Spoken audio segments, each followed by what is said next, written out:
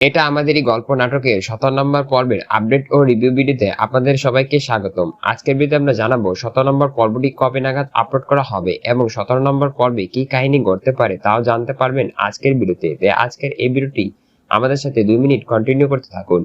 বন্ধুরা, এই নাটকটি বেশ জনপ্রিয় হয়েছে। 17 নম্বর পর্বে কি কাহিনী ঘটবে? 17 নম্বর পর্বে করুণ এক কাহিনী ঘটে যেতে পারে এবং এই নাটকটি আরো পাওয়ারফুল হতে পারে, কারণ মেহরিনের ভাইকে অপমান করেছে সামিরের বাসায়। তাই তো মেহরিন রাগ করে তার ভাইকে তাদের বাসায় পাঠিয়ে দিয়েছে।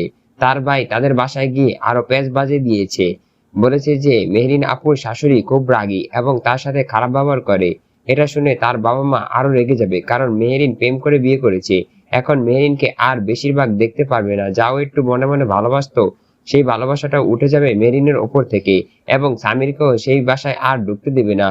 তবে সামির রাগ করে এবার বাসায় ভাঙচুর করবে এবং তার ভাই ও ভাবির সাথে এবার মারামারির কাছাকাছি চলে যাবে। কি ঘটতে চলেছে এই নাটকের 17 নম্বর পর্বে? 17 নম্বর পর্বটি কবে দেখবেন? 17 নম্বর পর্বটি দেখতে পারবেন 31শে ডিসেম্বর দুপুর 12টায় সিনেমাওয়ালা বিডি ইউটিউব চ্যানেলে। অনলি সিনেমাওয়ালা বিডি ইউটিউব চ্যানেলে এই নাটকের 17 নম্বর পর্ব 12টা বাজে আপলোড করা হবে 31শে ডিসেম্বর। সো আপনারা যারা সবার আগে নাটকটি দেখতে চান তারা সিনেমাওয়ালা বিডি ইউটিউব চ্যানেলে চোখ রাখুন। আর আমাদের এই ভিডিওটি কমেন্ট করে জানিয়ে দেন আপনাদের এই ভিডিওটি কেমন লেগেছে।